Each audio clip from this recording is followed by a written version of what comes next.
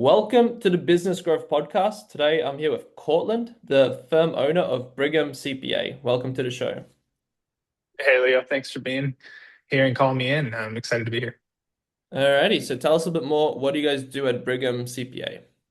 Sure. Yeah. So our accounting firm is a elevated accounting firm for tax and bookkeeping, essentially providing more tax advisory and fractional CFO services for clients, allowing them to ideally try to implement strategies to help them save money on taxes and gain more financial clarity with their business. Okay. And then what led you to deciding to start your own business? I know you had a bit of a background with EY, a couple of other stuff. What led you then to decide, okay, let's start my own thing? Absolutely. Yeah. So out of college, I started my career at EY. Was excited to jump into the big four, learn some, and get some great experience in the larger corporate life of accountancy. And yeah, I really wanted to learn the language of business, and EY provided a lot of great opportunity for that. But Mhm. after just realizing that for me personally, getting more fulfillment out of having more interactions with people rather than just being the cog in the larger machine, I ended up taking a little bit of a different route than the partner route at a big four firm. I ended up getting a quick job at a tech company in the cryptocurrency space, which is exciting and encouraging to kind of personally fulfill a little bit of like fascination I had with an emerging technology. But quickly then realized that again, I wanted to be even more a part of interactions with business owners, helping them succeed in achieving their goals. And so I connected with a friend of mine who had been running his own CPA firm, effectively ended up taking on an apprenticeship where I did a lot of fractional CFO work, but really gained a lot of insight on the tax advisory side of things and helped clients understand some of the tax advisory strategies that then they can use. It has been what I'm doing now. And so shifted after that apprenticeship, started my own firm about a year and a half ago. And yeah, the impact has already been exciting, helping dozens of clients already save combined over $100,000 in taxes and continue to just see that grow. So Nice, nice. Yeah, I was a little bit the same because I was at Deloitte, and then it was a really awesome experience. Worked on some really cool projects, but like you say, you are kind of just like a cog in the wheel. And the thing for me is like I worked there for a year, smashed every project, and then at the end of the year, I got a 2% pay increase, and inflation is like 3%. So I was actually getting paid less on my already small yeah. small salary, and that was it for me. I was like, if I ever want to reach some of my financial goals, it's probably not going to be here or working for someone else.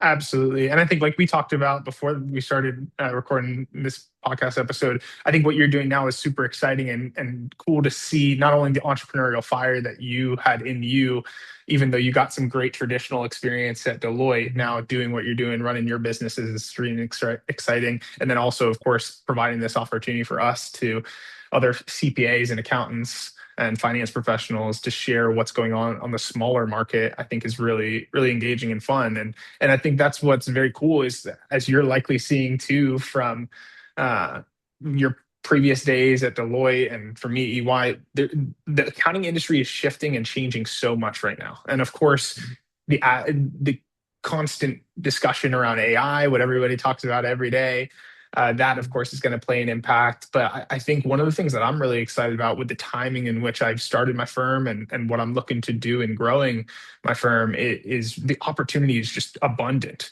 And I think again, the work is a whole lot more fulfilling than having to be that cog in the machine. Oh yeah, yeah, yeah. There's definitely a lot of opportunity, especially with some of these other accounting firms that are a little bit more set in their ways, not getting up to speed with technology, and then getting some more younger people in that are open to, yeah, testing lots of different things. Yeah, it's really interesting. I've seen like a few firms that are adapting and moving with technology, and some firms that are still stuck. And like you said, there's just so much opportunity for those people that adapt to all the changes. Absolutely. Yeah. And I think what I'm finding too is that when I interact with other accountants that are my age or maybe just a little bit older, they're excited about what's on the horizon of, again, the opportunity that can be provided. No one wants to do the mundane work of filling out tax Mm, returns or really yeah. recording every little transaction. Leveraging the technology that is already here and just increasingly becoming more available is just going to Mhm. provide for even more value added work, and both for the client side and for the specific accountant side. Oh yeah, yeah, yeah. I view AI as like you use it to do the boring, repetitive work, the mind-numbing work for you, and then you can focus on the fun stuff where you need like the critical thinking. You need the I need to think outside the box to solve this problem, and it's like and if anything, it's just made like running a business more enjoyable.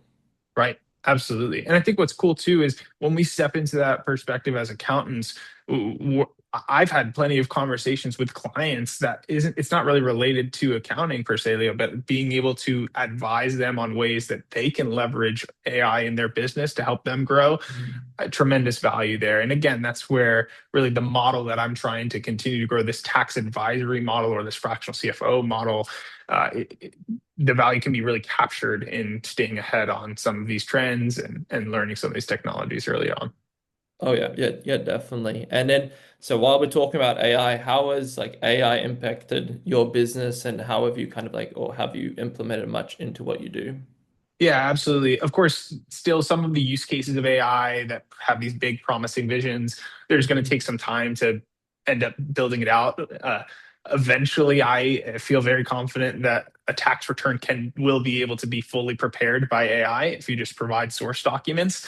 Of course, the review will be super important there, and more importantly, providing the relationship that a tax advisor can have with their client to make sure that all tax strategies are being able to be implemented into that return is still extremely important.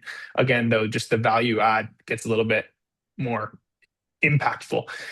But then, yeah, on the record keeping side, I mean, already, which I'm sure several of the listeners will likely be interacting with, like QuickBooks, of course, they've already implemented a lot of really great technology that's making bookkeeping easier, allowing Mhm. for greater analysis and insights to be gathered than by the accountant in their time that they would be taking just transactionally categorizing those Mhm. transactions. But yeah, for us specifically, I mean, I think some of it is just in the, again, like you mentioned, the mundane work. I don't send an email without ChatGPT revising it for me. And usually Yeah. it's 10 times better than what I would say. Oh And yeah. so being able to effectively build out a chat GPT bot that I can just post an email in. It already knows what I'm going to ask it. I just post it, spits out what I need, and providing that then to the client provides for a lot of value.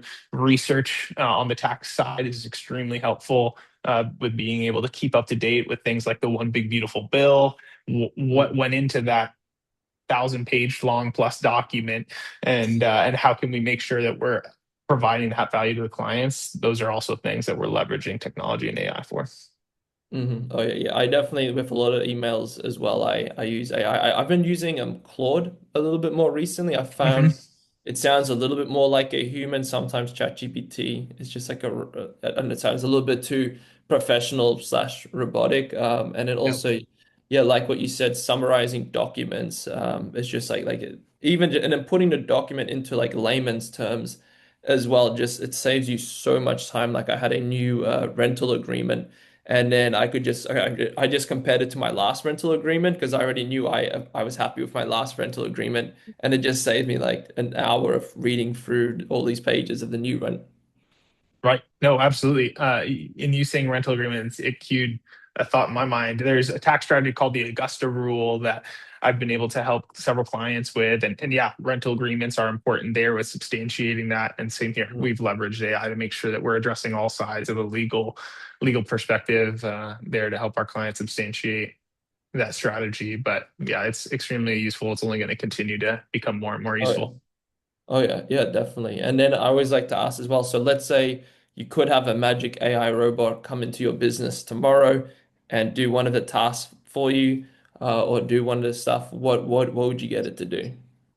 Yeah, I think a common one in the tax world is just making sure that we get all documents that are asked. And so there's already, of course, bots for that, but following up and collecting that information, putting it where it's needed. I think just continuing to allow for more organization and tracing, follow up, are ways that I think that AI will continue to provide more assistance. But yeah, again, I'm sure there's already more solutions out there that I need to just continue to stay on top of. So Yeah. yeah. Okay, nice. Yeah, yeah, that would definitely be handy. I know a lot of accounting businesses I speak with, their biggest time suck is document chasing up. So it's yeah, it's definitely there's definitely some stuff that could do that. And then so I know when we spoke last, you said as well you've got this big goal of getting to 25 million AR in the next 10 years. Talk me a little bit through firstly, like why 25 million? How'd you come Yeah. up with that number? And then, yeah, what's like the game plan? How do you plan on reaching that goal? Yeah, that's a great question. I think for me, the 25 million just feels like an achievable doubling effectively every year up Okay. until 10 years from now. And really, that 25 million, too, I think would put our firm essentially in at least the top 1,000 firms in the US, likely even in the top 400, depending on where things end up growing into the future. Yeah. But yeah, I think that that just goal is kind of a vision that we have as far as on the firm.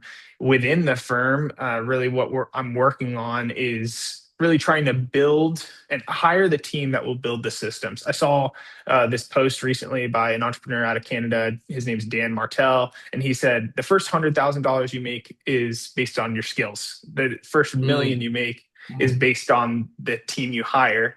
The first Yeah. 10 million you make is the systems you build. And then I think the next 100 million is, or the first 100 million is the leaders you end up uh, training up. And so I think for me, as I'm having that perspective, I thought that again, just reading that today was a helpful perspective shifter of, okay, how do we just grind things out to get to 25 million? Instead, realizing that the leverage that can be provided by getting highly skilled people who are able to build systems will end up getting us to the goals that we have. And I think from my end, what I feel excited about is providing the elevated service allows for greater impact to our clients and therefore to the ability to charge a little bit more for our services because we're reducing friction in the form of we can give them more money from their taxes that they normally would have to pay. We're also providing great insights that allow them to grow and get to their goals sooner by using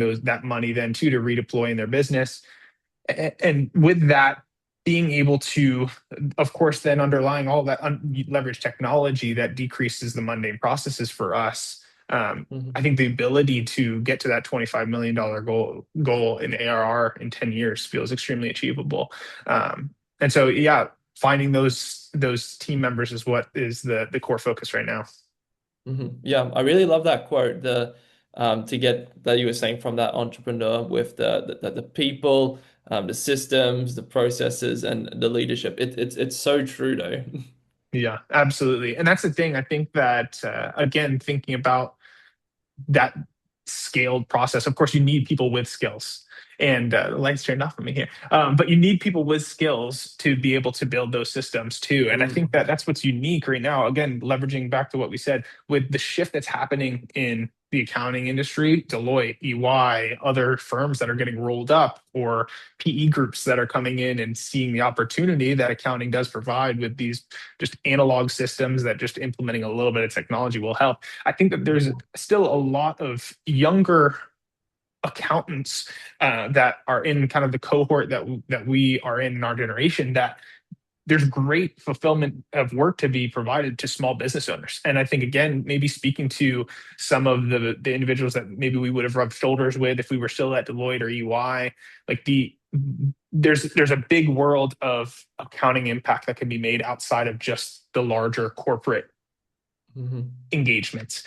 Yeah. Um, and again, the ability to build relationships and be a part of clients' journeys for years and seeing them grow their businesses, achieve their goals, and know that you were a part of that, I think is such an exciting thing that I get to be a part of. So I'm excited to just again continue to kind of share that message with a lot of accountants that are our age and hopefully recruit some great ones to be able to achieve the goals and of course Mm. compensate them extremely well along the way. So Yeah, definitely. There's a massive opportunity with that. And then so if we get a little bit more granular in terms of the 25 million year goal with and then doubling each year on year. Obviously, there's like two Yes. components. There's the getting the right people in place, and then there's also getting the new clients to help. So if we zoom in on like the getting the clients to help, what is kind of like your client acquisition strategy to be able to achieve that? Absolutely. Yeah. As I'm sure many in the space are going to be familiar with and agree with, like referrals are still my biggest source. But I think Yeah, what's fascinating is the type of referral gets even more impactful when we show how much impact we can make, especially on the tax advisory side.